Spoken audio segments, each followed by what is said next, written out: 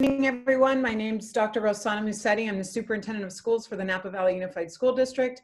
I'm here with Mr. Matt Manning, our Director of Elementary Curriculum Instruction and English Learner Services, and of course, our Assistant Superintendent of Instructional Services, Ms. Pat Andrew Jennings. Before we get started tonight, we need to start with our interpretation announcement. Tonight's engagement session will be done in both English and Spanish. The Spanish will be made available on the. Hold on, Claudia. We'll be doing interpretation on the additional challenge that we have for Spanish. And so I would ask if Claudia could please take this time to announce interpretation for our Spanish speakers and provide directions on how to access the interpretation on Zoom.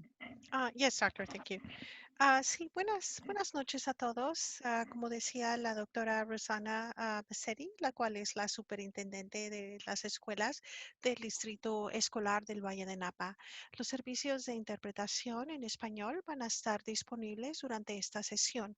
De la manera en la que pueden tener el acceso, si pueden fijarse en la pantalla, que en la parte inferior en medio, ustedes van a ver un signo de mundo, si pueden hacer un chasqueo o un clic, ahí les va a pedir el lenguaje inglés-español, si pueden hacer otro chasqueo en Spanish o español, entonces pueden escuchar toda la junta en el idioma de español.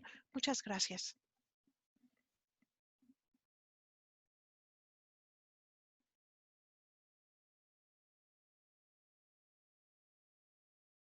You're muted, Dr. Musetti. Oh, thank you. Sorry about that. Good evening, everyone. I want to welcome you to our second large-scale community engagement session for elementary around the topic of reopening the Napa Valley Unified School District in the 2021 school year. Tonight, we're very excited to come to our elementary parent community and share with you the latest updates around the implementation of the reopening plan for our TK through 5 schools here in NVUSD. We just finished engaging with almost 1,400 secondary parents, and I see we have approximately 1,300 elementary parents. So it's a great night here in NVUSD. I want to just start out by kind of framing how we're going to handle the evening. We have a short presentation. It took about 20 minutes in the secondary session. Ms. Pat Andrew Jennings and Mr. Matt Manning will walk you through some of the details. You may not even have had the opportunity to read and check your email this afternoon, but there was an update sent out to all elementary parents this afternoon, because as we promised in some of our prior communications, we have been combing through the enrollment data that came to us vis-a-vis the enrollment options form that our elementary parents filled out.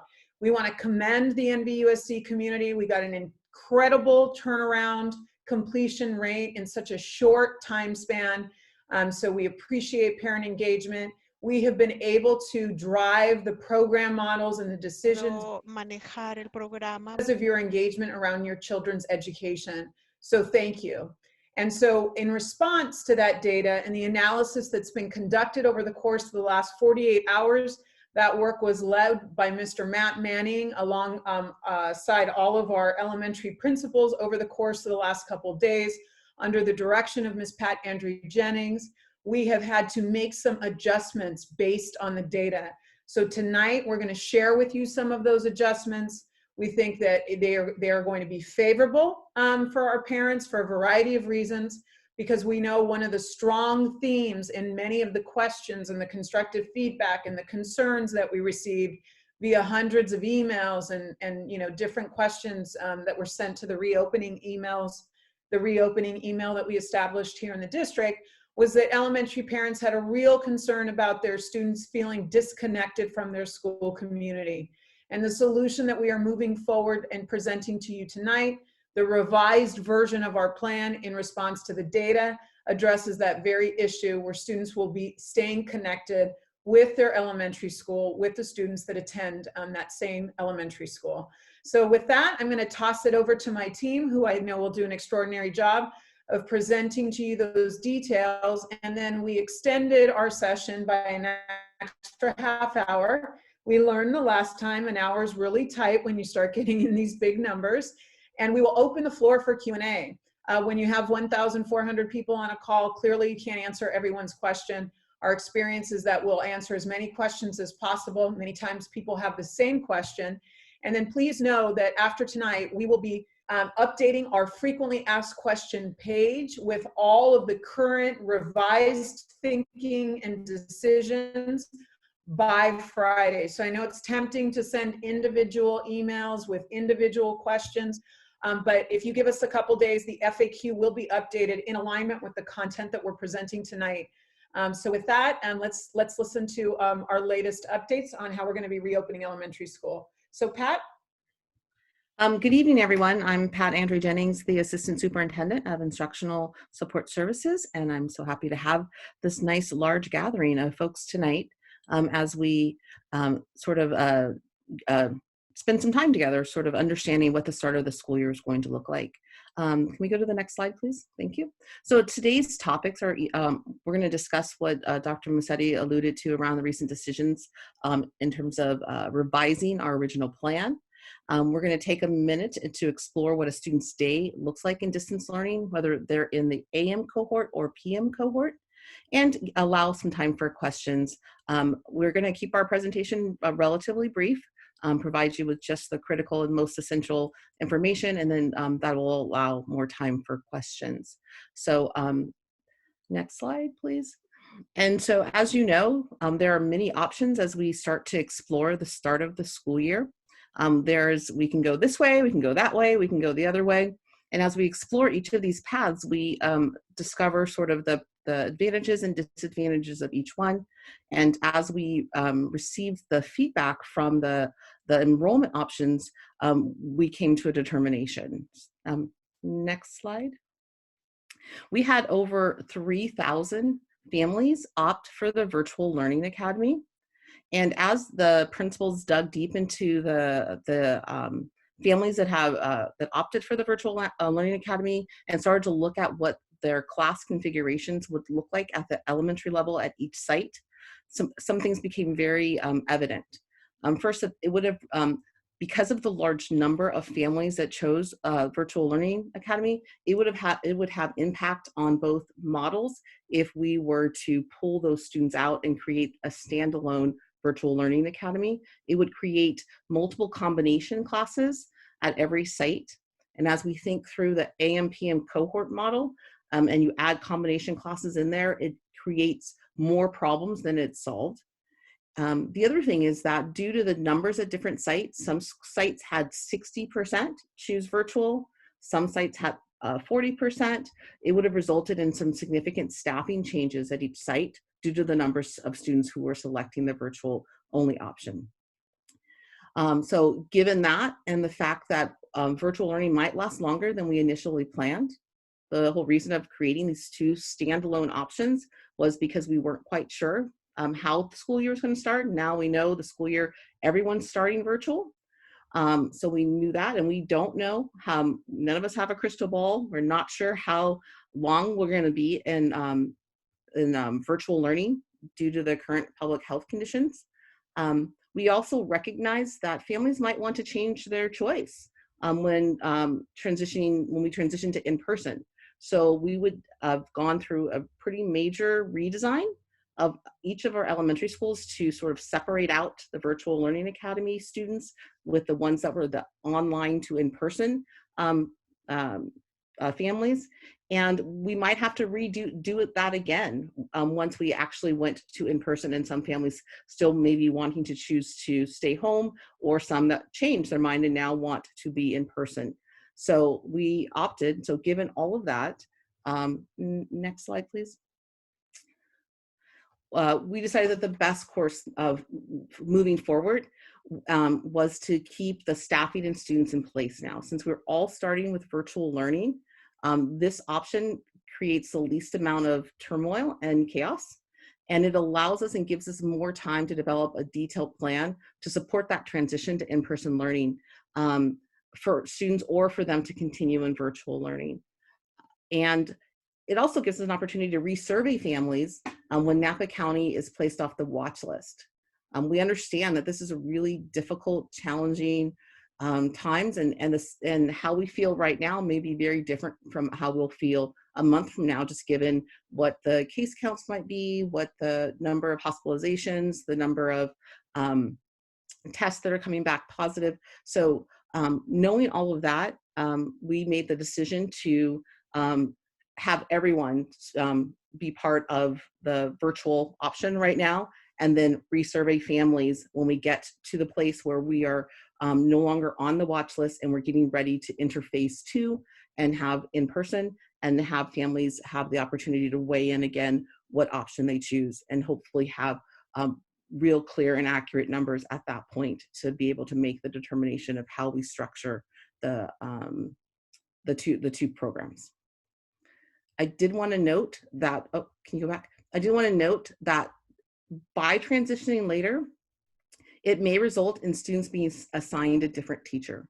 That is a real reality that might come to happen if the numbers don't work out the way that if the numbers don't work out. So that is something I want to just make sure that people noted, that by starting the year off where everyone's starting in virtual, not knowing exactly how long we're going to be in virtual, when it comes time for us to interface to, your child might have a different teacher because of whatever the choice, whether they want to go to in-person and they might have a shift. We have plans, and Director Manning will talk a little later about what we're going to do to help make that transition, if that indeed does happen, a little more smooth. Dr. Massetti, was there anything you wanted to add? No, I just some clarifying questions. I think it helped in the secondary. So essentially what you're saying, Pat, is that the Virtual Learning Academy during phase 1 is no longer an option, correct? It's no longer a standalone option because everyone's virtually in virtual learning. Right. And so, you filled out an enrollment form as a family. It was great for us to see the results of that. It's what drove us getting to this decision. Again, when you've got some schools 50, 60% looking for the virtual option and staying in the virtual option, it means that out the gate over the course of the next 10 days before the start of school, we would have to start reassigning teachers, probably putting students in lots of combination classrooms, potentially moving students around and having to disconnect them from their local school, given the amount of people with the current health conditions that are opting for virtual. So we figured that instead of causing that chaos in the system right now, that it's best, since we know we're going to be virtual for the start, and we, like Pat said, we're on that watch list. The trending does not look like we will be moving to phase 2 in the immediate near future. Public Health has confirmed that for us. There will have to be a major turnaround in data for us to be off that watch list, and off that watch list for 14 days. We are going to start to prepare for that pivot into phase 2 in a way that will be less disruptive to the system. And so we have some options and ways that we're thinking about making that work. But we do have a little bit of the gift of time right now, knowing that we'll be all in virtual in phase 1 for the next little while. So I think that's good, Pat. Let's continue with the next piece, and then we'll go to questions. And so I think the next question that comes up is around the AM or PM cohort, and where does your family land? And so the AM cohort, if your last name is A through LIEU, you would be in the AM cohort. And if your last name starts with LIF to Z, you would be in the afternoon or PM cohort. And I know that the first question I think that comes to people's mind, but what if I want to switch from my assigned cohort? And at this time, we have very limited flexibility around that switch. And I think Dr. Massetti was going to add a couple more notes regarding that. Yeah, so this is going to be what you see up on the screen right now. That is going to be the district's sort of standard rule. We are going to hold to the standard rule pretty firmly. We will, there's a couple of scenarios where we will adjust. There will be an adjustment because the whole point of this is to create a common school schedule in the family home, in the household home. We know there are sibling situations where there are different last names, so we will be making adjustments for those scenarios. At the site level, there may be a need under the principal's discretion for some programmatic adjustments. For example, we have dual language immersion programs at 2 of our elementary schools. They have to make sure they have the right linguistic balance in each cohort. So that would be an example. Of where a programmatic adjustment would be required, and we may deviate here from the alpha standard rule that we've set. We understand, like Pat said, I've already gotten lots of requests around, learning pods and, different reasons that parents might want a certain morning or afternoon. But I have to ask for an understanding of the district's position. If we were to start to make a family by family accommodation, we start doing accommodations for one family, it's something that we would have to then be replicating for all families that asked. And because we need this boundary, because of course the numbers in this situation are very tenuous. The model that we've built is built around very tenuous numbers. And if the numbers move too much to the left or too much to the right, then the whole system breaks down. And we have to remember that I know there's convenience and there's schedules and there's complex family lives. I do not, I completely empathize. I have a family of my own and I understand all of those complexities. But from the district's position, we have to remember that this is a pandemic. It requires lots of sacrifices and lots of, compromising on all fronts. And if we get into a scenario where we start to accommodate each individual family and all these unique requests, the system will break. So our principals are not in a position to take requests for changes. It would have to be very, very, very extreme circumstances, and how that gets defined, we're kind of working through that. But right now, I just want to manage expectations out the gate as we set this standard rule forward. That we are going to hold very firm on this boundary, and that's just how it has to be. It is what it is, given the circumstances that we're facing. Ultimately, remembering that we're in a pandemic, safety first, and we have to create a system that can seamlessly eventually take us back into in-person. And so we know it may cause some inconveniences. For that, you have my apologies. But we're doing our best, and we can't build a system on the unique needs of 17,000. And so as much partnership, understanding, compassion, and cooperation we have from families around that, we really, really appreciate it.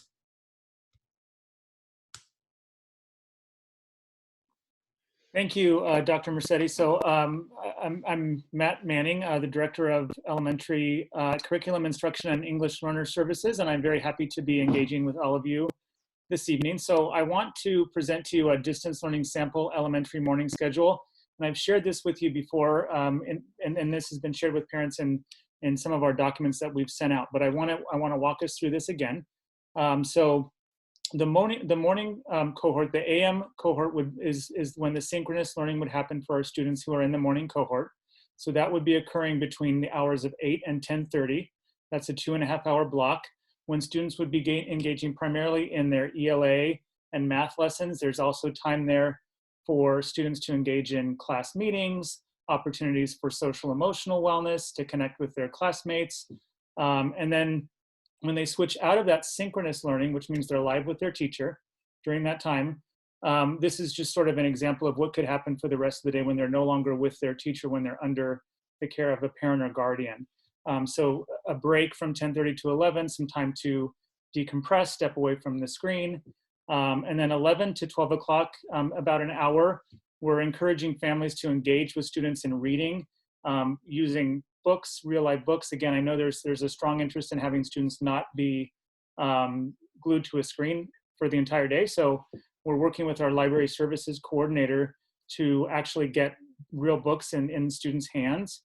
So we're working on the details of that now, and really want to push forward a strong literacy initiative this year, despite the pandemic conditions, and get those books in students' hands so that they can continue reading and developing their strong literacy skills. We also have a math program that we've purchased for all students in elementary, kindergarten through 5th grade. And that's math program is called Dreambox. And it's an individualized math program that students do work in online. And it's very much at their own skill level. So for students who have learning gaps, it helps to fill in some of those learning gaps. And then for students who are maybe more advanced, it provides some opportunity for them to be challenged at their own level and move forward accordingly. And then there's, of course, time for lunch and to play, just to engage in some of those non-academic content. And then we also have some time for PE, art, science, social studies. So we have a science program called Mystery Science that will be available to all students that they can engage in online, and their teachers will provide that to them as one option for what the students could be engaging in during that asynchronous time when they're not with their teacher. I'm also happy to report that our PE teachers will be able to provide daily PE lessons for students in TK through 5th grade that would be, again, accessed online. But the PE teachers are available with a schedule that will be provided outside of that synchronous time so that students can engage with PE teachers, again, with their peers, and engage in physical activities. And typically we offer and provide PE for students in TK through 3rd grade. So we're fortunate that we're able to provide TK in this virtual setting for students in TK all the way through 5th grade. We also will have music classes will be provided for our students in 4th grade. We'll continue to offer music class, and that will be a once-a-week music class for students in 4th and 5th grade. So those opportunities will continue as well.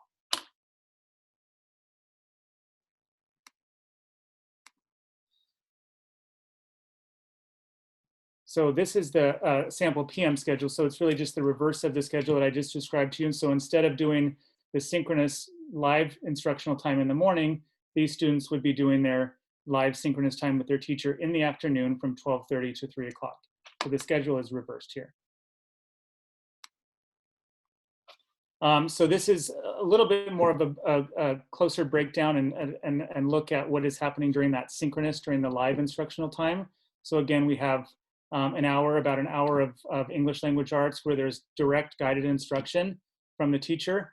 For part of that time, a significant part of that time will be students actually using the consumable materials, the hard copy paper materials that will be sent home with students, so that they can, again, not be looking at the screen the whole time, but engaged with the work that they're doing at wherever they're working in their home, and have the teacher there for support and access, but they won't be given direct instruction for that whole time. So it's a nice mix of direct instruction along with guided and independent practice with the teacher present there the entire time for support.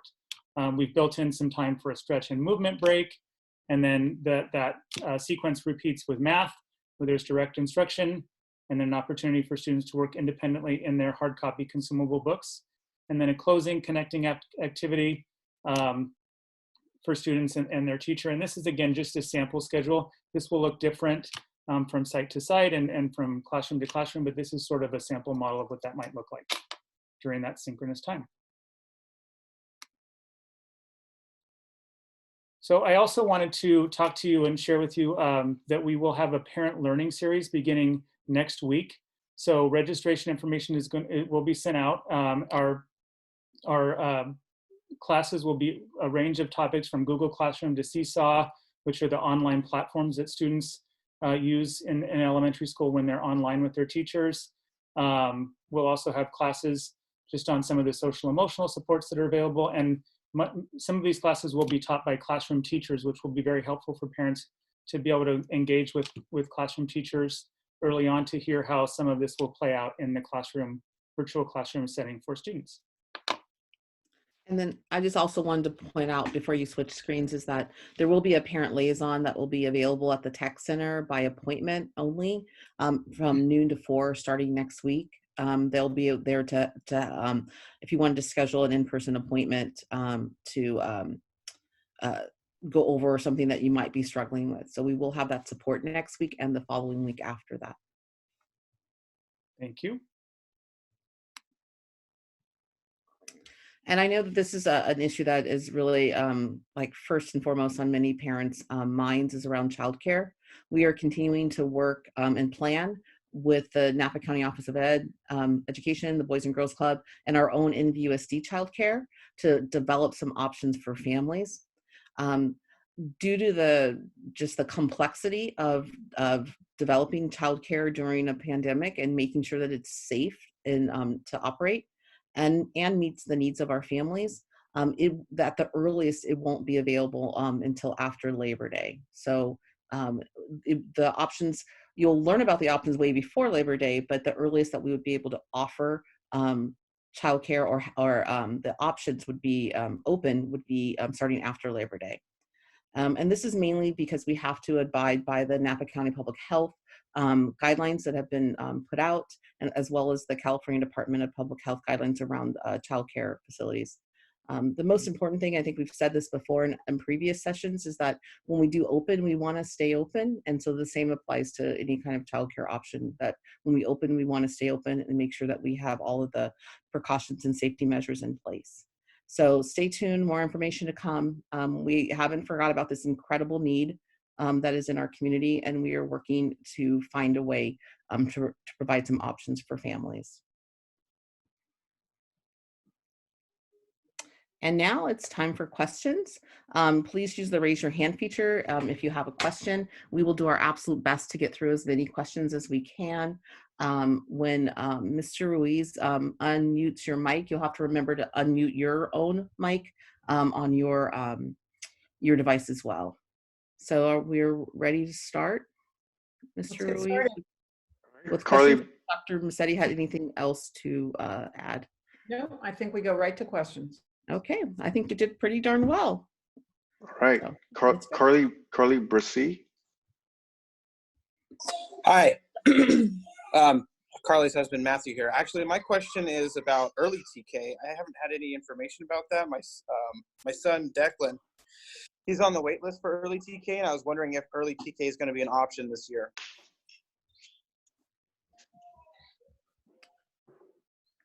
I can respond to that. So we're looking at with our enrollment department, we're looking at our students who have requested early TK and our TK placements. So we'll be connecting with our enrollment department, and they'll be reaching out to families very soon. Sounds great, thanks. Okay, Samantha Brown. Hi there. I just wanted to, I was on your other Zoom and greatly appreciate all the time you guys are doing. And with this, I see your effort to make sure that the kids have less time online in front of a screen with your reading program. But I wanted to know, will there be any effort put forth on passing out books or any other readers, not something from the library, but content instead of it just being online? So Yes. oh, go ahead. No, so one of the things we're going to be working through, and it'll probably come out in the announcements when campuses start to open for appointment style like services, will be the library services. And so I think I shared on the last session, if you were with us, we have a robust ebook service online through our library services program. But we're actually talking about kids getting real books in kids' hands because we want to balance the screen time. So stay tuned for some information around book distribution vis-a-vis the library. A lot of that information will likely come out through the elementary teacher as well. We'll use them as a liaison to families so that they're aware around how we're going to make books accessible. So that's kind of the big picture. I don't know if Matt or Pat have any comments or extensions on that in terms of, enhancements to the curriculum with real text. Matt, do you want to share a little bit about what the elementary principals are talking about in terms of providing the workbooks and the typical things students would work with in a classroom? Sure. So both of our primary curriculum or programs, which is Benchmark is the reading program that we use, and Bridges is the math program. Both of those have student consumable materials. And when I say consumable, I mean those are the hard copy materials that students can write in. So those will be distributed by school sites to families so that students don't have to do everything online as they did in the past. So last spring, you might recall that students did a lot of that work in Seesaw. We were in the pandemic conditions where we couldn't open up schools the way we will be able to this fall, so that families could come in and access those materials that students could use more in a hard copy format. So we're in a different place now. So we'll distribute those materials so that students can work in those hard copy books and not have to be doing everything on screen via Seesaw. Some of it may still occur in Seesaw and Google Classroom and other resources that teachers will be using, but students will have those hard copy materials so that they'll be able to take their eyes away from the screen and focus on the hard copy book that's in front of them and do that paper to pencil work that's very important. Thank you so much. You're welcome. We didn't sort of emphasize that, so just will reiterate, there is that reading emphasis. We are going to do a large scale reading initiative in the district, so I'll repeat that. We have intent around that. We are currently working to see what it would look like to have our libraries open and how we can potentially repurpose staff to support that, so that elementary parents can be constantly accessing texts and books for their children for reading. So big push in reading to balance, and literacy and reading to balance the screen time that our kids have been dealing with. And like we said in our last session, all the research shows that one of the best ways to deal with any learning gaps and loss is just continuous access to reading. So. All right, Amber Sepulveda. Wait, sorry, Kim Cervantes.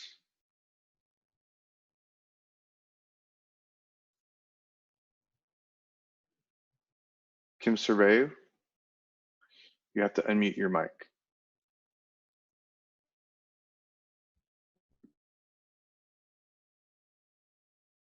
Okay, let's go with Amber Sepulveda.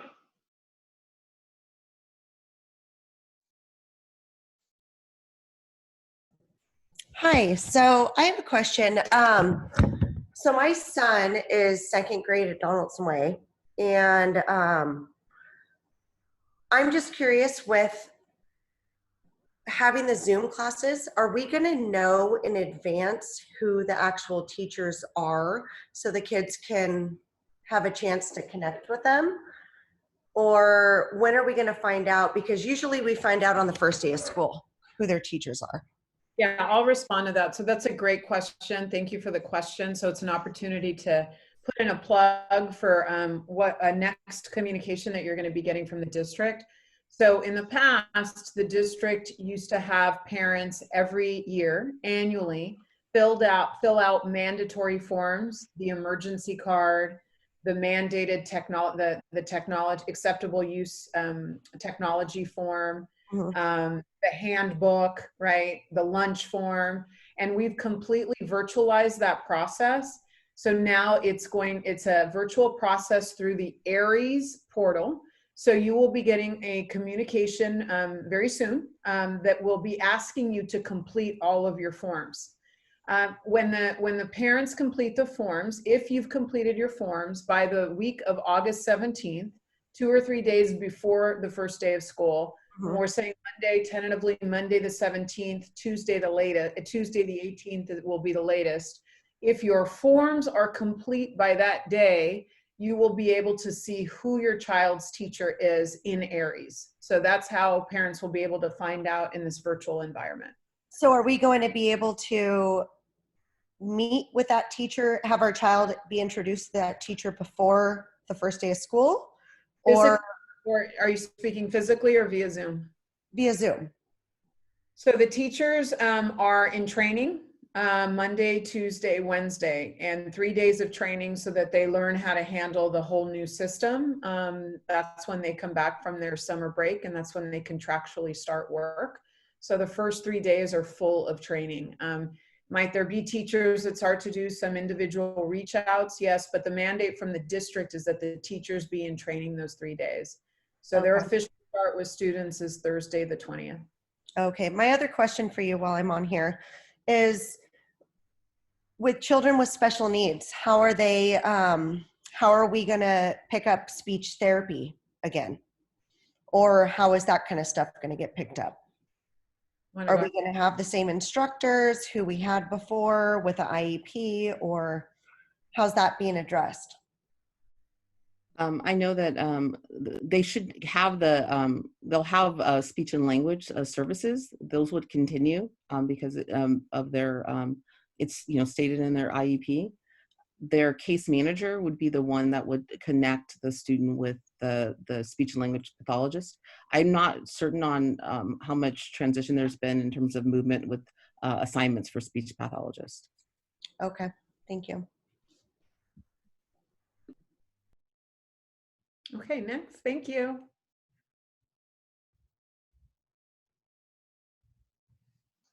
Sorry, Nicole Carty.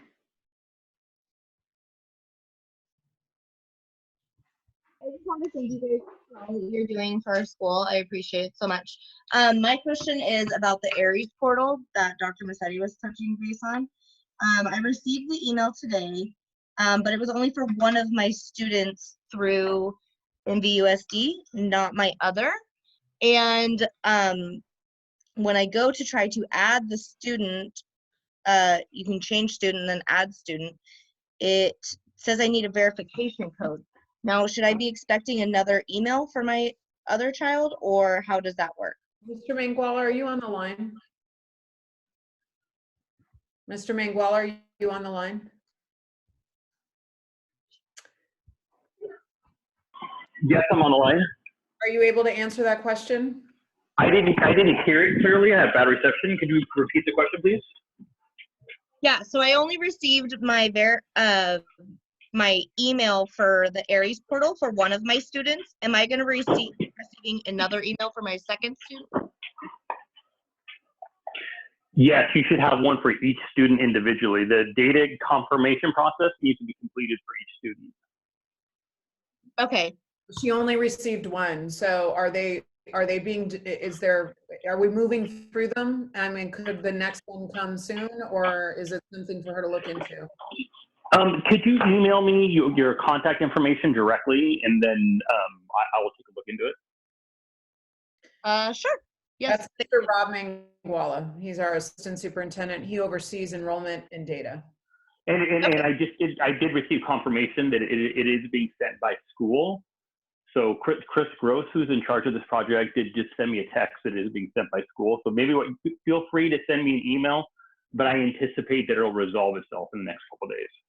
And Okay. then my email address is rmanguela@nvusd.org.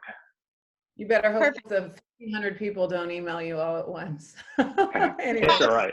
thanks for your question. So look for all that. The data confirmation will get you access to your teacher. Thank you. Okay, next. Thank you. Crystal, you're running an older version of the Zoom application, so I'm not able to allow you to talk. You're going to have to upgrade your app. Let's go with Tanya.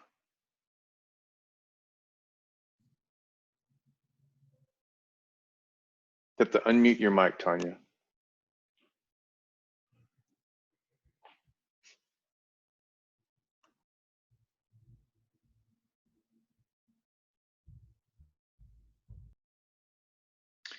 I think Tanya's having issues unmuting her mic.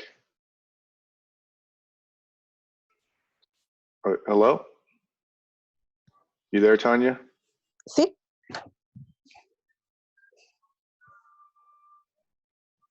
I think we're ¿Sí gonna me need escucha?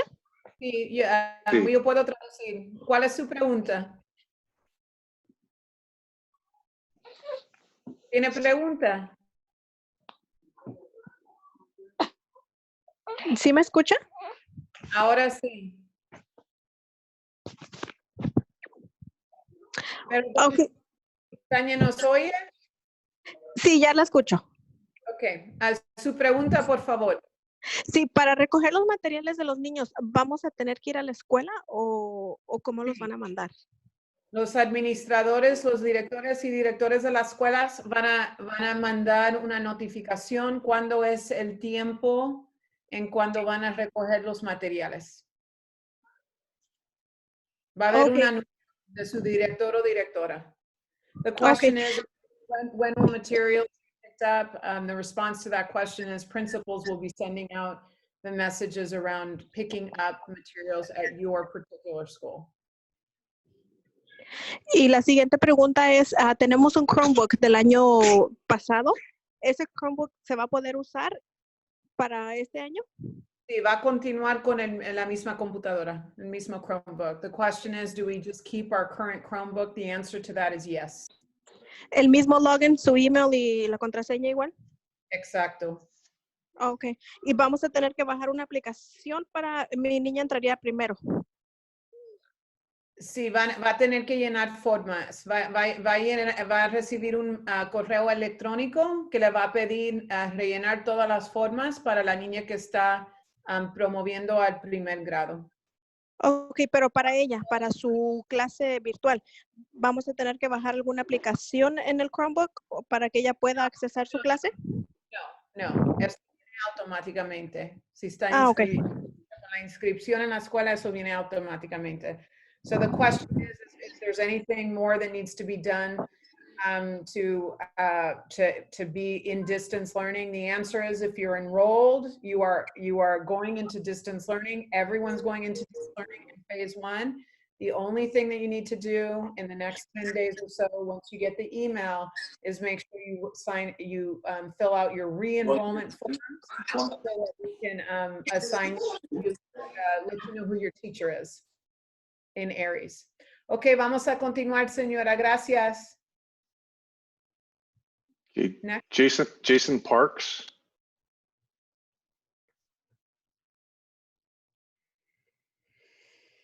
Go ahead and unmute your mic, Jason. Sorry, it took me a moment to get my cursor over there. We were wondering when the phase 2 date, if there was any type of projection. I know it's an impossible question to answer with the way the data is going, but could the phase 2 date be in the next month or the next 2 months, or are we expecting January? I mean, how long do we have to plan? We're not going to be able to bring our kids to school. Yeah, we have, no one wants to do that more than us. When it's safe, we want to get our kids back in the classroom and school when it's safe. In our engagements right now, if I were to be very candid with public health, the trending in Napa County is going in the complete wrong direction.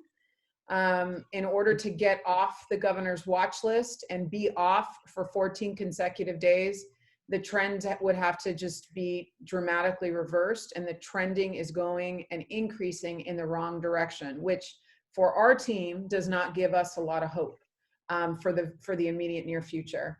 So it's going to take a major reversal of that trending for us to even entertain phase 2. But what I can tell parents is that I'm in constant communication with public health. I meet weekly with Napa County Public Health, and we will be sure to work tracking the data with them. And as soon as there is a hint that phase 2 and 3 are a possibility, we will start preparing to move in that direction. And that's an actual natural opportunity for me to let parents know, you will be surveyed again, all right? We did this survey looking to see if we could bifurcate the system to virtual learning academy, online, in person. You gave us the option. It was excellent that we had the 80% return rate, because it led us to making the right decision for phase 1. But what we just know that, we could be in this, to your question, it could be 2 more months, it could be 4 more months. And we think that we'll need to survey parents again as the public health landscape changes. We want to survey you when it's close to when we're going to open up for phase 2 or phase 3. So the protocol we just followed, we're going to follow again when we see the light for phase 2 and 3 vis-a-vis our engagement with public health. Okay, when that follow through happens and we are starting to be assigned cohorts, I have a 1st grader and a 3rd grader. Will they be in the same cohort, working together, or working at the same time, with the same teacher, going to the same class, or will they be split apart and we'll have to deal with 2 different cohorts and doing everything as individuals for the kids? You want to take that, Pat? No, your Yes, kids. I'll go ahead and take that. No, you would stay in the same cohort. That's one of the things that's sort of one of the rationale for choosing what we're doing right now is that all students are starting virtual. They're starting in morning or afternoon cohorts. So you'll stay in the morning or you'll stay in the afternoon, wherever your last name, I guess your park. So you'll be in the afternoon. You would stay in the afternoon. But would my two students be in the same cohort, or would they be in separate cohorts? Oh, they would be in whatever. If they're not the same grade level, and are they not? Then they would be with whoever they were with during the distance learning or time. Okay, so different cohorts. Different cohorts, yes, because they're different grades, correct? Correct. It's a first and third grader, so. And so just a different. And when I say cohort, really, it's that class of kids. But Yeah. Okay. Gotcha. And then we had one last question. I missed the email address about only getting the email from the Aegis system about one child. We got it for our first grader, but we didn't get it for our third grader. So I would it's working through. So we just started launching those emails. And so I would just give it a couple days. And if you get it in a couple days, then you can contact the enrollment center. Okay. If you go to our district website, there's all the enrollment center emails and everyone to contact is on that webpage. But just give it a couple days. We just launched those emails and it's working its way through the system via Aries. Okay, and we just also would like to thank you all for all your hard work, and you did a very great job, and we very much appreciate it. Oh, thank you. We appreciate your gratitude. It means the world. Thank you. Okay, Gladys Hernandez. Yes, hi. Thank you for all your hard work. Can you hear me clearly? Yes. Yes, I had a question. My son will be going into kinder, and I was wondering if there was a way to defer his kinder year so that he can maybe come in next year as opposed to this year. And also, I just have a quick, a lot of parents have been asking about the Aries thing. If you go ahead and register your account, both your children or however many children are under your guardianship will show up automatically in the Aries portal. Matt, you want to answer that? Sure. So the I'll deferral respond to deferring kinder. So it's possible to do that.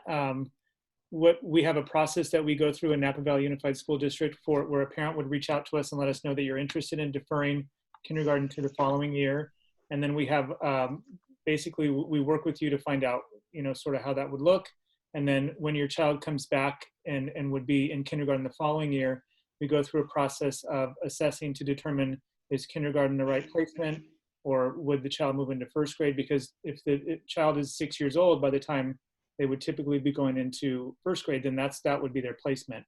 But if we assess and find that kinder would be the best placement, we could do that. So I would discourage you from doing that. I'd like to kind of have you talk with your school site principal and really dig into and learn more about what we're providing here. And see if you can make kindergarten work for this year. That would be my recommendation, but it is a possibility, yes. Okay, thank you so much. I appreciate it. You guys have a good night. Thank you. You too. And thank you for that feedback. I have the enrollment team that's watching, confirming for me that yes, if you got the one email and you open your, you establish the Aries account and you open the Aries account, once you create that Aries account, you can see both students within that one kind of login. So thank you very much to that parent for clarifying that. That's absolutely true. Okay, Yadira.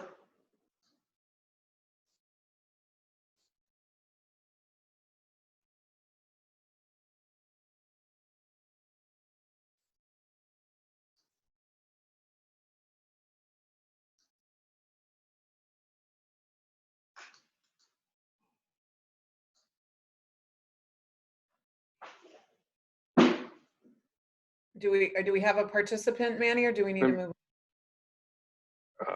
Sorry, give me 1 second. Go ahead, Yadira. There you go. Hi, good evening.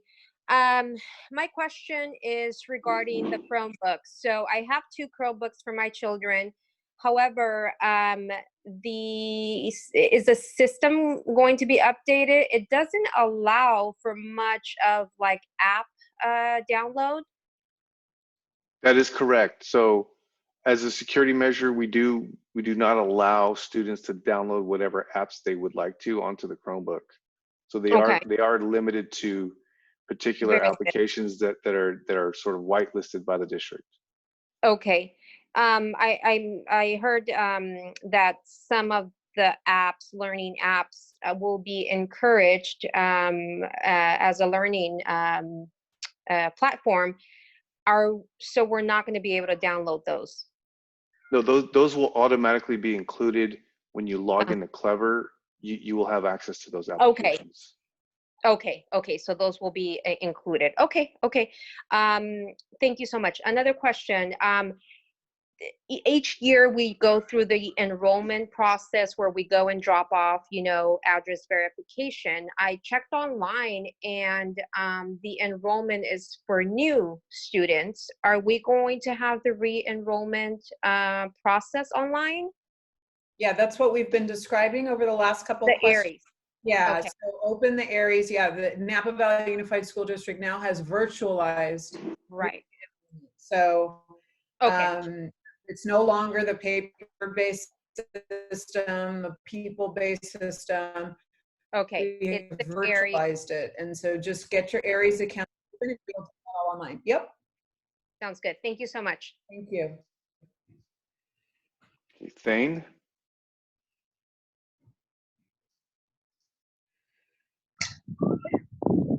Hi there. Hey, so yeah, I'd like to acknowledge, thank you for taking my question, that yeah, there's no perfect solution here and maybe no good one, but we're all in it together. So anyway, for now, it sounds like we're all distance learning, which is super clear. And if it were my preference, I'd probably stay that way until phase 4. But my questions are about future phases. Basically, I don't understand phase 2 and 3, and now maybe phase 4. They just seem overcomplicated and counterproductive to keep my kids in one place and less travel, less transmission, less back and forth, all that. So anyway, I want to confirm, like from the previous Zoom, middle and high school, you're choosing to have the teachers host both online and in class and split their time, check out of the kids in the class to moderate online, or check out of online class to check into the kids in the class. But for elementary, you're dedicating the AM and PM between online only and in-person only for essentially for phase 2 and 3, right? No. Well, I'm not sure if I understand the question. So with the elementary kids, it sounded like that AM or PM, there would be a cohort that was either online dedicated or in-class dedicated. No, that's not true. There will be online when we get to phase 2, for those that choose to remain in remote learning because they're not comfortable coming back. There will be potential AM and or PM virtual. We're not saying that a teacher will do morning. That's not currently in our plans. I think the question is, will teachers be split and do AM virtual in the morning when we get to phase 2 and then PM do the in-person kids? That's not currently in our plans. Okay, so they're essentially, they're merged into one classroom to where the teacher needs to split. Now, what you heard on the secondary, so I think you're bringing some of the content from the secondary. So at secondary in grades 6 through 12, when we get to phase 2 and phase 3, the kids that were in the morning, the kids that were in the afternoon continue in the morning and the afternoon. If you're in an AM cohort and there were 16 kids in the AM cohort, the parents who don't want their kids to come back will stay virtual and they will be streamed into the classroom as if they were in the classroom but virtually connected. While the kids who want in person will get to have a physical seat in the classroom. So a teacher will have a blended roster of kids. They will be teaching and engaging with both groups. They're going to get a lot of training on how to do that. But some of the kids will be online. Some of the kids will be physically in front of them. That solution has not been confirmed for elementary because it's different pedagogically in terms of the teaching and learning. You can't have a kindergartner, a kindergarten teacher who's got maybe 6 in-person kids in front of them who have to maintain social distance, et cetera, who haven't been to school before, right? The teacher has to give their attention and then also attend to 6 other kindergartners that are online. So the same solution doesn't work effectively in both those environments. So we're right now working through what the potential solution will be for phase 2 and phase 3 for elementary. Okay, yeah, because that's concerning. If sound like there were a lot of teachers and parents and people who responded to the survey that liked the dedicated curriculum, consistent schedule, having their kids in one way or the other, and now it sounds like it's in the air. The schedule doesn't change for the family or the child.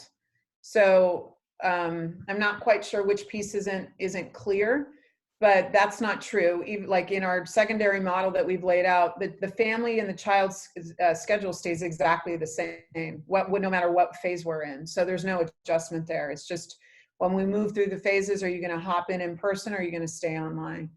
At elementary, because of the kindergarten example that I just described, that doesn't make good teaching and learning sense, right? With 6-year-olds or 5-year-olds who, teachers can't, that's just not going to be manageable. We're looking, that's why Matt put in there that come phase 2 or phase 3, you may not have the same teacher because we will re-survey parents when it's close. When we go, okay, county health is like, Dr. Musetti, we're getting close, prepare your system to shift into phase 2 and phase 3. Then what the district will do is resurvey the parents, capture the choice at that moment in time, look at the data, and then we may have to do some reassigning and reworking of staff in order to be able to dedicate teachers to virtual learning for the kids that want to stay home. We're just not going to do that right now while all of the system has to be virtual, right? Okay. The whole system has to be virtual right now. So stay tuned everything's virtual. what that shift will look like. Yeah. Okay. That's it for now. Thank you. Okay, Aiden Moriski. I'm sorry, it's Christine. Hi, I'm here. Hello, Christine. Hi, Chris. My name's Kristen De Silva. So I have a couple questions because I was actually on last week's, and my question was for Rosanna and Pat. And at that time, since I was on the special education one because my daughter has an IEP, I asked if you guys would work on an individual schedule regarding services for my daughter since she has an IEP. Tonight, Rosanna, you stated, and I quote, "We have been receiving many emails and it would be too hard for us to accommodate each and every family to each and every request." So I guess I'm a little confused because last week you guys said that you would work on it, but now this week you're saying it's too hard to accommodate. So so the schedule for services for students with IEPs is different than what I'm referring to. I'm referring to whether you're assigned to the AM or the PM cohort, accommodating individual requests and modifications, Right, Rosanna, but I told you that I had an incoming kindergartner and an incoming first grader. So my 2 kids are going to be in the same cohorts because their last name starts with D. I, however, know that my daughter learns better in the AM cohort because that's when she's more alert, awake. She tires very easily. So I guess I'm a little scared because how am I supposed to teach 2 kids at once, one that has an IEP? So I'll toss to the instruction instructional team has special education. Have you had conversations with special education? Yes, and Ms. De Silva, I think it would be important to talk with your daughter. I don't know if both of your children have IEPs, but talk with your case manager. I know that they are just now, I mean, some of them aren't back until next week, but they will work with you to figure out what is best for this a student with an IEP. So is 1 week going to be enough for the case manager to prepare for the specific accommodations that each IEP of my specific school requires? Because my daughter's case is very, very complex. So I just want to make sure that you guys as a district as a whole are doing everything that you guys can do to accommodate not just every student, but the ones with IEPs. Yeah, so when we made the statement that I was referring to, Ms. De Silva, we were talking about just general scheduling.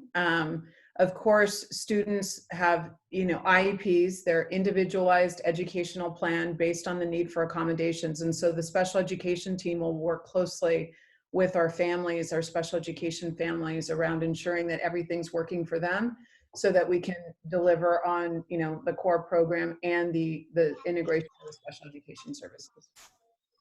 Okay, all right. I guess I'll wait to hear from my coordinator then. Thank you so much. Okay. Thank you. Okay, Aiden Mariski. Hi there. This is Marta, actually, Marta Mariski. I have one question in two parts. For those of us with a fourth grader and a child also in middle school, is band incorporated in these schedules? And if so, do we still need to rent an instrument? So do you have a student that's an incoming fourth grader? Yeah, she's incoming fourth grade, and I also have one that's incoming seventh grade. Okay, so I can speak to the elementary piece. So for incoming fourth graders, at this point in time, we won't be able to have instrumental music classes beginning at the beginning of the year while we're in the distance learning model. It's just not feasible to have students learning a new instrument starting out in a virtual setting with their new music teacher. So as we transition into phases 2 and 3, when we begin to bring students back to school, or actually as we move to phase 4, we would be able to move back to having fourth grade students engage in instrumental music. We will be able to continue that for our fifth grade students who began to learn an instrument last year. But for fourth grade students, it's just not feasible right now to begin to learn a new instrument. Okay, thank you so much. You're welcome. Okay, Rachel Avila. Hi, can you hear me? Yes. Great.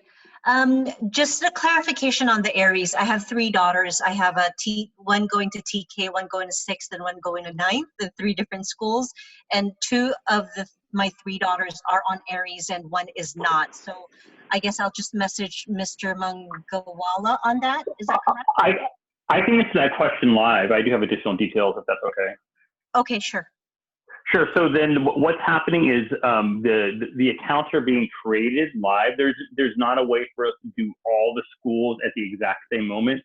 Aries does have a limitation in that once the account is created, it does auto-generate a communication to you. And so we're running a script in the background that is creating all the accounts currently right now. We anticipate that all of them will be done probably by the end of the day, Thursday at the latest. So I would say just give a little time. Wait till the end of the week. When you log in the Aries portal by the end of the week, you should see an account for all of your students. If you do not receive them for all of your students by the end of the week, please contact us directly. Perfect. And the virtual forms, it'll show up there, or will we be prompted that it's on there? Yes, exactly. You'll fill out the virtual forms for each student. Okay. And my last question is, next week you mentioned parent learning series programs are going to start. Will Chromebooks come hand in hand with that? I mean, I'm fairly savvy, I guess, but learning what the system that my TKer is going to be using, help as well. I mean, I'm not too much into Chromebooks, but Sure. it doesn't help me to learn the system if my daughter has no familiarity with it, since we don't have it yet. Yeah, due to the amount of materials going out, Chromebooks will be distributed at a different date. They would not be distributed at the same point necessarily that textbooks are. They're just two very different demands and types of checkout processes. So there'll be additional information about this, but what we've typically done is that textbooks are distributed differently than at a different time and moment than a Chromebook. But again, we'll provide additional information soon. Well, okay, and sorry, I do have, oh, go ahead. Oh, I just want to add that, and also I think you said it was a TK or K. They'll be getting iPads instead. It's more developmentally appropriate. Oh, okay, good to know. I didn't realize that. Okay, just one last thing again for TK. With my prior experience with my other daughters, in TK and kinder, there's a lot of writing, right? They're just learning their alphabet and numbers and writing that. And I'm assuming that's going to require paperwork, stuff that either we're gonna have to print out at home or something like that. Is that going to be the case? Should TK and kinder parents, kinder students' parents prepare for that? Sort of having a load of curriculum that we would be required to print from home, like letter tracing and so on. So, excuse me, I can respond to that question. So we won't be asking you to carry the burden of printing out a significant number of materials. We will provide you, your school site will provide you with the materials to use with your child for the most part. So like, as I was mentioning before, each of our programs, specifically in kindergarten, have those hard copy consumable materials that students will be able to work in. So there may be some materials that teachers will provide you that you could print out at home for additional work, but the majority of materials we will be providing you, curricular materials we will be providing for your use. Awesome. Thank you so much, everyone. You're welcome. Aurora?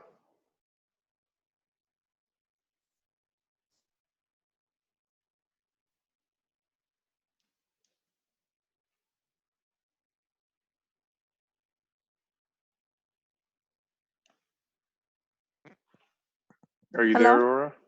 Yes. Oh, yes, but it's fine. I don't have a question. Thank you. Okay. I'm just. Sorry. Alma?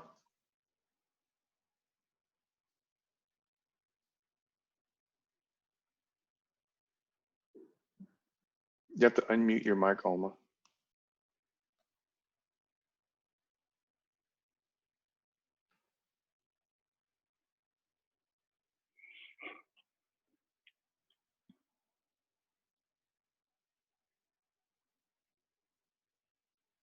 Are you there, Alma?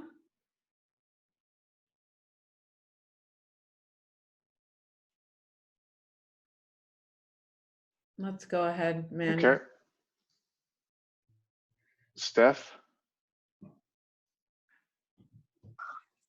Hello? Yes. Okay, perfect. So I know that this is very, very, very hard, and you can't make everybody happy, and you guys are doing the best that you can to put things together to make it work for the kids.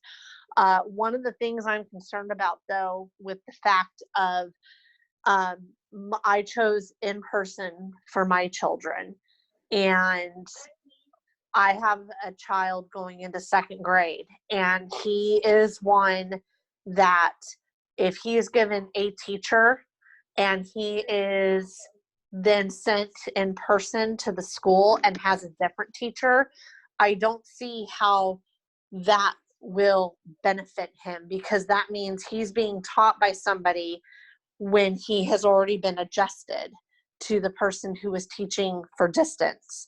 So I feel in a way that our hands are being forced if we have children like that, and we need to keep our children with that specific teacher who they had at the beginning. I feel like our hands are being forced to keep the distance learning, even though the in-person learning would benefit them more. We've thought through that, and we've had those discussions over the last couple of days, exactly just like that. So we completely appreciate and understand the concern. And as we anticipated that concern, I know that the team has discussed some different ways to mitigate that. It's not a perfect solution, but Matt, do you want to talk about some of the ways the elementary principals in the work group talked about mitigating that reality for this exact situation? Sure, absolutely. So we met when I met with the elementary principals just today. We talked about that reality that could be a reality for students across elementary schools. And one of the strategies that we talked about was really finding ways for students in a grade level to get to know all of the teachers at that grade level. So building in opportunities for the students to connect with not just their, for example, second grade teacher, but with all of the second grade teachers across the school, and really being intentional about building in those opportunities. So it doesn't completely fix what you're describing. It doesn't totally take away that struggle and that real challenge of adjusting to someone new, but at least the child does have some experience and some connection with someone else who may end up being their teacher the following at a different time. Okay. So would it be more than as a possibility that the other teachers would have a turn like each day or something to introduce themselves to the child and teach them the lesson? So Is that kind of? I would imagine school sites will handle that, differently. What I would envision is just opportunities, not necessarily every day or over the course of the first few days, like daily interactions with the other teachers, but just building in some of those opportunities. I can give an example of something that I know was done at the school where I was last year is that our kindergarten team, for example, built in Fun Friday opportunities when the students came in and were connecting with all of the teachers. Granted, they already knew those teachers, but those are some of the examples that principals and teachers will be thinking through about really how to make those connections. And I have full confidence in our principals and teachers. They're experts at developing strong relationships with kids. So I know they'll come up with great ideas about how to mitigate some of those factors that you're describing. Okay. And then I do have one other question. I have another child who is actually, and I apologize because she's going into 8th grade, and she is wanting to go to a school that is not in our district. How is that going to be handled? Because normally the parent is able to go down to the school, fill out the paperwork. I believe they call it the inter-district transfer. How would that work? You need to call our enrollment services department. So that's all on our webpage. Okay, and is that still happening like around October? When you make the transfer, the request for the transfer? Correct. You can request an you wanna take that one, Rob? Sure. The open enrollment process, the timeline at this point, again, we are re-examining it due to COVID, but at this point we anticipate that it will be the same as last year. Okay. Feel free to look at our website. It's still very early to talk about open enrollment for the following year. Okay. We're obviously not processing them at all at this point, and it is not a first come first serve thing. It's a lottery, so just look for additional communications around that. Feel free to check in around September. Yeah, I misunderstood the question. So you're talking about a school in our district, but just out of your area. So yes, right now the district is we are, like Rob said, we may push out open enrollment given COVID just because it's such a volatile environment. So stay tuned for whether our open enrollment dates will stay the same or be modified due to the pandemic, but we'll still have open. Okay, wonderful. Thank you so much. Have a good evening. You too. Thank you.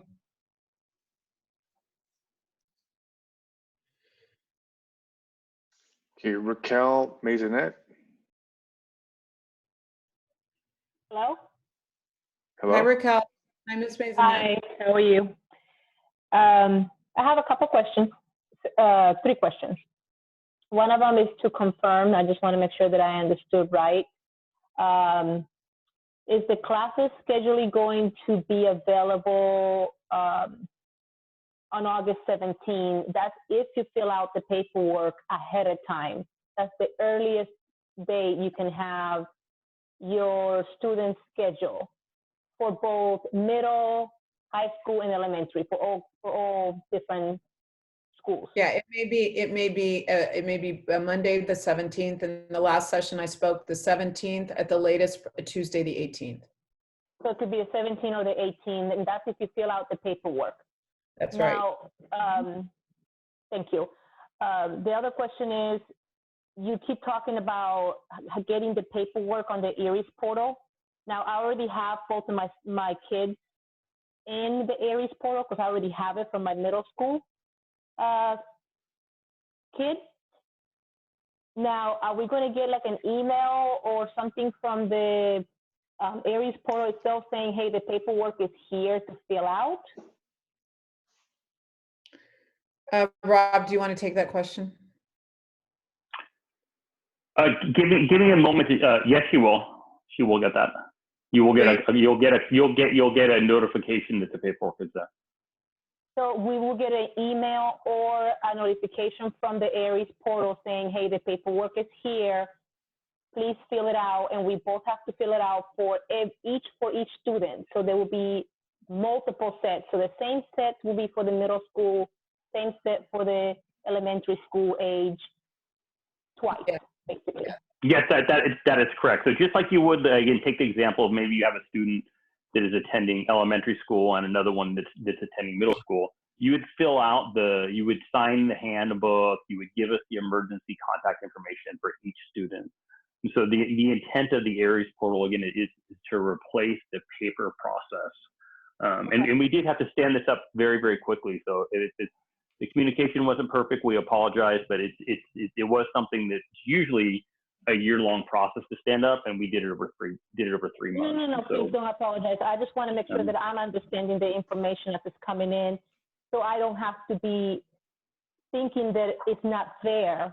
I need to wait until the email or message from the ARIES portal is sent to me to say, hey, it's here. Now I can go ahead and fill it out, and not thinking that I missed something or I need to do something. Absolutely correct. Yeah, you're absolutely correct, and to even just kind of inform the group a little bit of our communication plan, we do plan to reach out to families that did not complete the paperwork in the ARIES portal also. And so our intent is to help families with this. We understand that it's something new, and families may need some help, and so we will reach out to families that did not complete the paperwork and provide them with assistance. Okay, I have one more question. Okay. I have an incoming kindergarten. Now I understand that we're going to get the iPads for them, and that will be something that will be, I have to wait for the actual specific elementary school that she's going to for them to let me know when to go get it. Is that correct? Are they going to like email?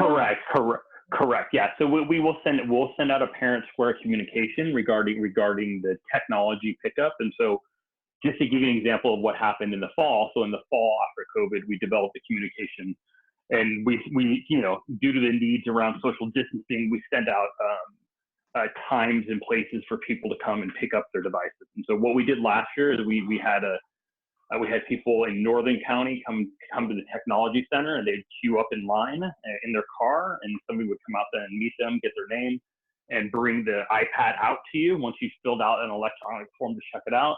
And then we also did that in South County at American Canyon High School. So I'm guessing that will be happening after we fill out all the paperwork that's supposed to be filled out through the ARIES portal. No, there will be the two are separate. Yeah, separate processes for that. Separate. That's not. Yeah. One is not connected to the other. Okay. And when we pick up the iPads for the kindergartens, are we also going to be picking up the books? No, that's separate. We've separate. said that repeatedly. There's going to be curricular materials from the school, and then the technology department will have a distribution schedule for devices. So stay tuned and look for the messaging from the district. Two separate things. So the kindergartens will be having virtual classes? Yes, they will. Okay, great. Thank you. That's been presented. So thank you, Ms. Mason. Next. Okay, Lorena Munoz.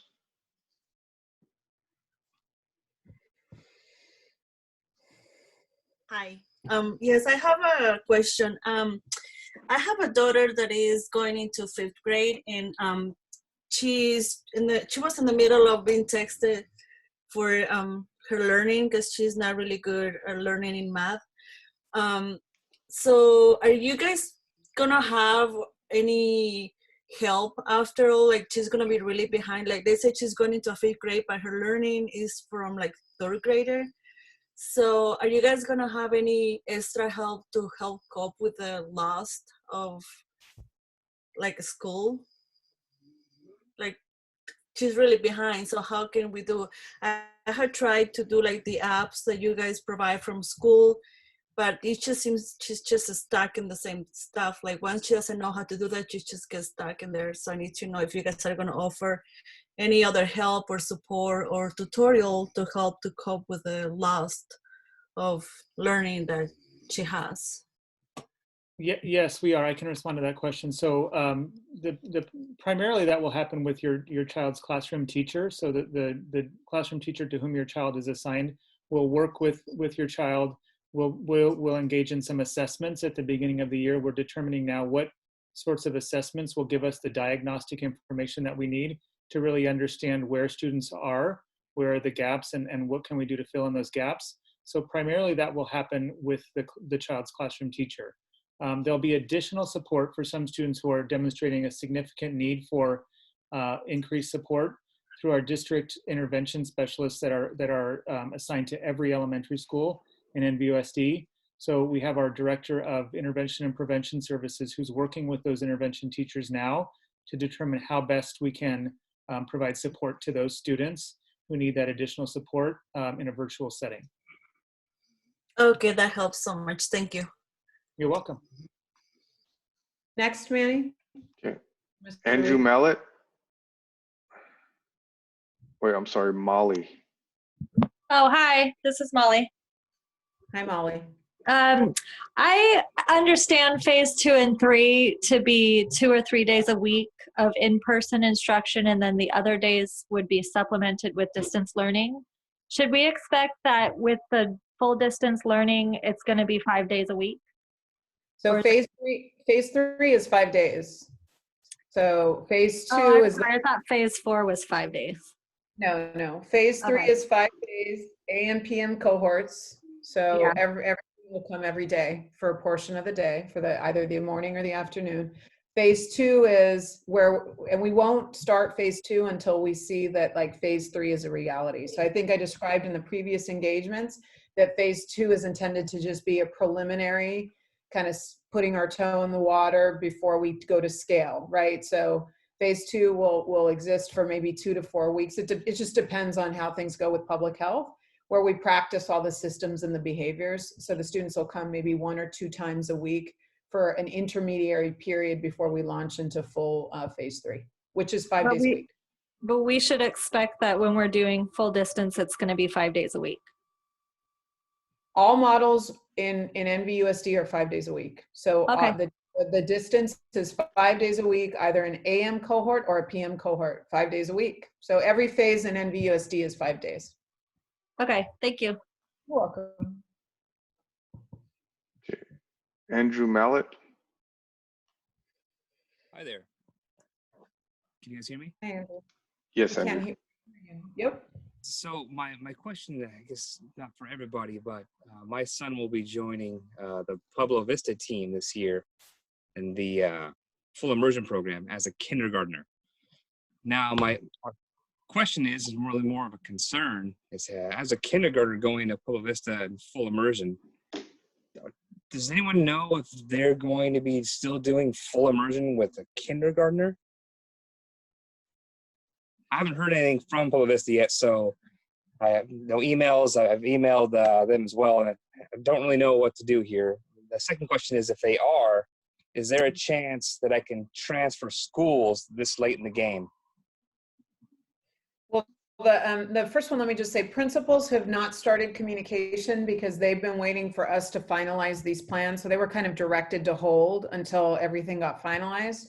Now that everything's finalized, principals are charged with communicating to their particular parent groups around their specialized program. So you should hear from Principal Roca soon.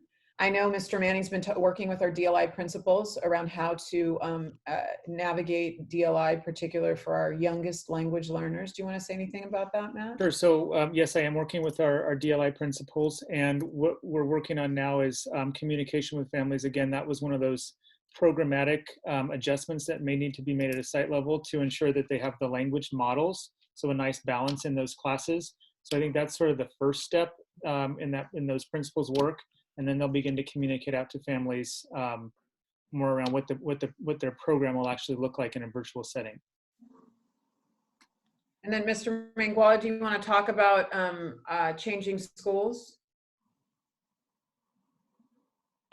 Typically, at this point in the year, we typically do not change schools. We have to look at that on a case-by-case basis. If you'd like to sit. My Go ahead, fear Dr. is my 4-year, he's now 5 years old. He's definitely has some anxiety, and I have a hard time envisioning a child sitting in front of a screen who only speaks Spanish to him, or even like a little bit of Spanish to him, and he knows little to none, and getting overly frustrated to the point where this whole thing would just collapse. So I would like to offer him, if I had to, the possibility of going to a normal distance learning school like all the other schools. Yeah. So You know, let me just dive in there, Rob. So that's going to be a real important decision because once you leave the start of the immersion program, coming back, is not a possibility because immersion is immersion, and kids have to start in immersion, and so that's kind of a decision you have to deal with up front. It may be that you want to give it a try and see how it goes before you abandon the immersion option that you enrolled in and see some of the reaction. And then if you find yourself in a crisis situation, then I would email the Enrollment Services Center around considering a change. If it's something you don't want to try, I would encourage you to also contact the Enrollment Center. And I was just going to add, I was just going to add that I would encourage you to reach out to Principal Roca. I know that they have been thinking about how they can support families of English speaking, on the students who would come from English speaking families with this. I mean, it is on their radar. They're very aware of how challenging it will be for some kids having distance learning all in Spanish. So I would reach out to her and hear from her what the plans are to support families with this. Yeah, I did. That's why I came here. My next question is, I think, really pretty important too. Is I saw that Gavin Newsom announced that some schools could petition the state to reopen, even in a watch list county. Is that anything that the superintendent is considering? So that is true. We have been in conversations with Dr. Relucio. There is a very restrictive process, including all of your labor unions have to sign off and agree to that. And so Dr. Relucio right now informed all public school districts and even private schools that she will not be approving waivers. It has to go for an approval process first through her, and then it also has to be approved by the state. So it's a very, very rigorous process, and she just let us know up front, given the current public health trending in Napa County, she would not be approving waivers in the immediate future. So as the situation evolves, it might be something that we consider, but we again, there's a huge process to it, and labor unions and public school systems have to sign off and agree. All right, guys, thanks so much for your time. Appreciate you all. Thank you. We'll take one last question and then we have to close. Okay, Brenda Trujillo. Hello. Hello. Hi, can you guys hear me? Yes. Okay, so my question is, I have two children, one that is incoming into the 6th grade middle school and one that is going into 1st grade. And my concern is that they both have different last names, so I don't know how the cohort is gonna work. And then also I am a healthcare worker, and to me it's a little bit complicated right now because I'm not sure what I'm gonna do. And then also I know, speaking for other families as well, where my kids are staying right now, they don't have access to internet, and the person who is taking care of them will not be able to assist or help them. And I understand that if they're a couple minutes late to their class, they're just been going to be considered absent. So I'm just concerned of what's going to happen if they can't get into their Zoom class. Well, first of all, if they do show up, they'll be tardy. So not, so, you know, it's just, there's there is an attendance accounting mode for tardy and absent. So just number one. We are providing Wi-Fi support, so that'll be in the distribution around the technology. We will also be continuing to provide Wi-Fi hotspots, and I know there's some efforts in the city right now to help with broadband as well. Those are my two responses. Does anybody, the other questions? So my issue here is the person who is my child care provider does not assist them in doing any homework or anything. So basically my first grader will not be able to attend an 8:30 to 10:30 class. So that's where I'm like, what happens there? Because I will be at work. Yeah, they can't attend. And they don't attend, they would be considered truant.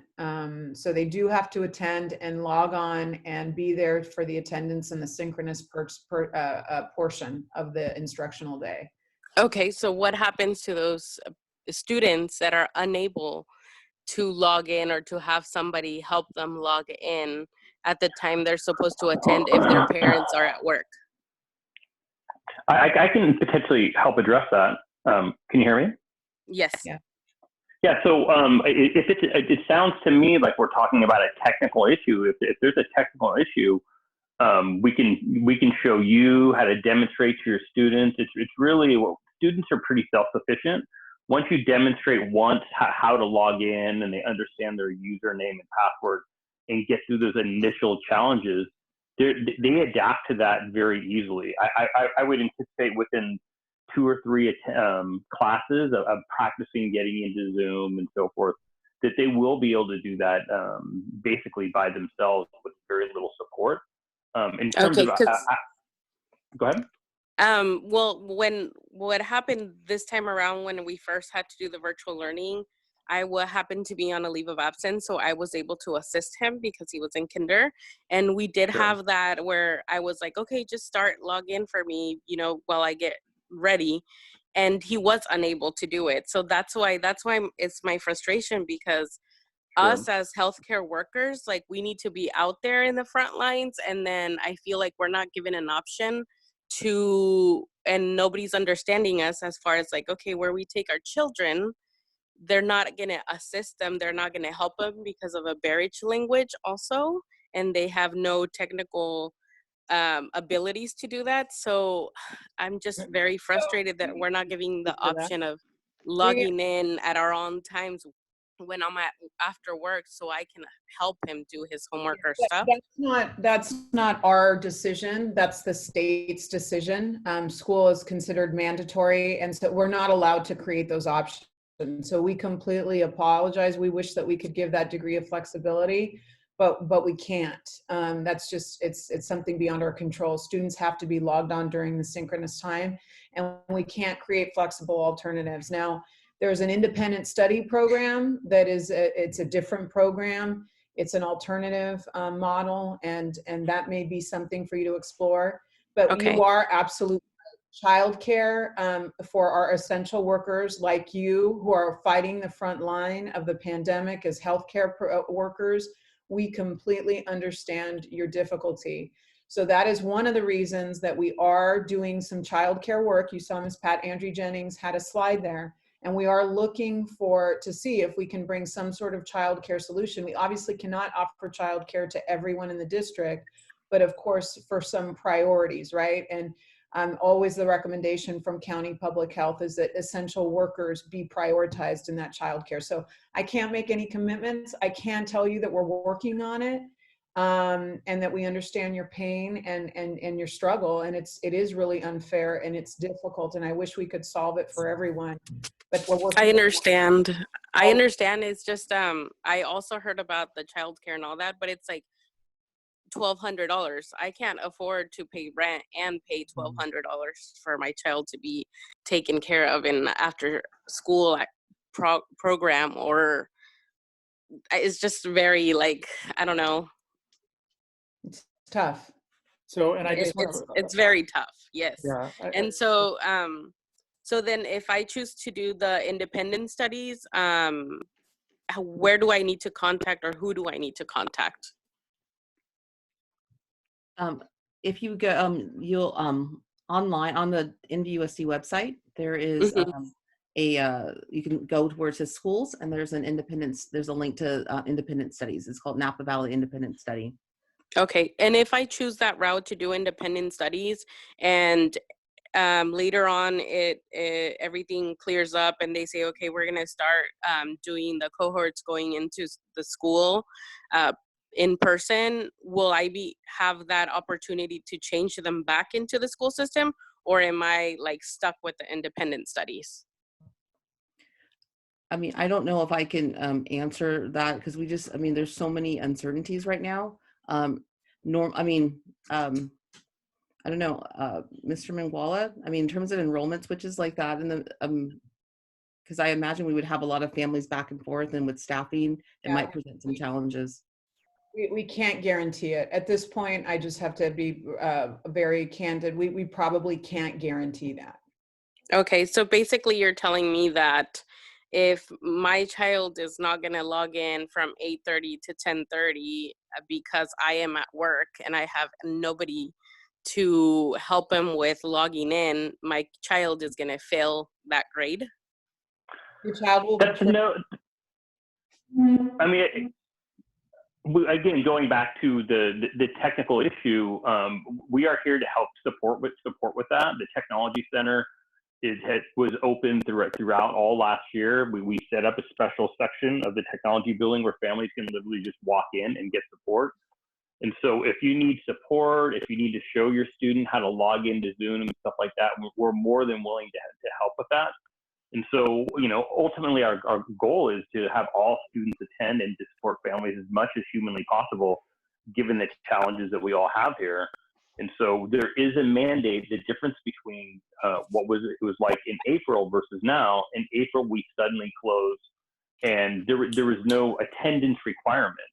The state came and said, school is mandatory. You have to have an attendance requirement. So what does that mean for a family ultimately that can't attend? Then, ultimately, if we say, I don't have the ability to, then yes, there would be some sort of truancy thing, but that's not what our goal is. Our goal is to provide you absolutely with as much individualized support as we can, within the constraints of the system. So again, I would ask that you reach out to the technology department. We're here to support you and your students so that they can log in.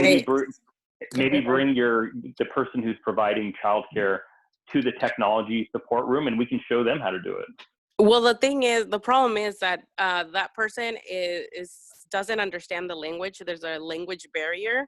And so everything that you guys have is in English, like nothing is in Spanish. And likewise, we had a hard time helping him because luckily when the COVID hit, I was here at home. But if I needed my husband to help, he didn't understand because he doesn't speak English or read or write. So nobody was able to assist because you guys don't provide anything in Spanish. Well, if they're in the English only program, the curricular resources are in English. We do have some tech platforms that are in Spanish and English that'll be able to be a support. We do have technology staff, back to Mr. Mangwala's point, who are Spanish speakers, and we also have parent liaisons who are Spanish speakers who will be able to maybe build the capacity of the person supporting your child to get your student to be able to log on. Okay. So we empathize with situation. And, you know, as the schools open, you can contact your principal as well, who'll be able to get you to connect with the right resources. So, and I just want to provide what could be a solution for you and your childcare provider. And I think it's a solution that might be helpful for others to hear because others are in the same situation. So the resources that you as a parent are able to access, such as the classes next week that are helpful in terms of logging into the platforms that we're using Zoom, those classes, along with access to the community liaisons who are bilingual and are at all school sites. Your child care provider, if you're able to connect your child care provider with those support people, then that may empower your child care provider to feel like they actually can do some work with the child when they're under their care during the day. So I think I just want to help parents understand that those resources could be accessed by child care providers if they really are the people that are going to be on the front lines of providing that education for your children while you're doing your critically important essential worker job. You know, may or may not work, but I just want to put that out there as a solution around access to those resources. Is not just limited to parents. It's there for other people who are they're working with your children around their educational needs.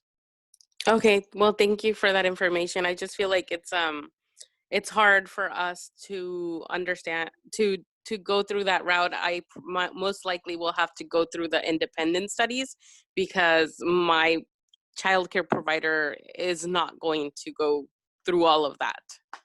Okay. Well, thank you. Thank you. Thank you for the hard work that you do for the community. Thank you. All right, so we're going to close. We know lots of questions didn't get answered. This is just a reminder. The frequently asked question and website dedicated to reopening of schools will all be updated with the new information on Friday. There's a series of communications coming out, like Mr. Manguala said, about re-enrollment, and also with, you know, just ongoing updates around technology, how to procure your technology if you don't have it. You know, your principals will be communicating also, will start direct communication with parents around distribution of materials, etc. So it's really important that you remain connected to the school district. Communication right now is critical, and we appreciate all of you. It's 900, almost 860 of you that stuck with us here till the end. We hope that we brought more clarity to the situation, and we look forward to continuously working hard to support your student and create the best scenario possible. We hope for now you're pleased with the latest decision that will ensure your students stay with their school and assign teacher from your local school that your child's enrolled in. So with that, we want to wish everyone a really good night. It's getting late. So thank you so much. Everybody say goodbye. Goodbye. That's the end of tonight's session. Thank you so much for your time. Thank you.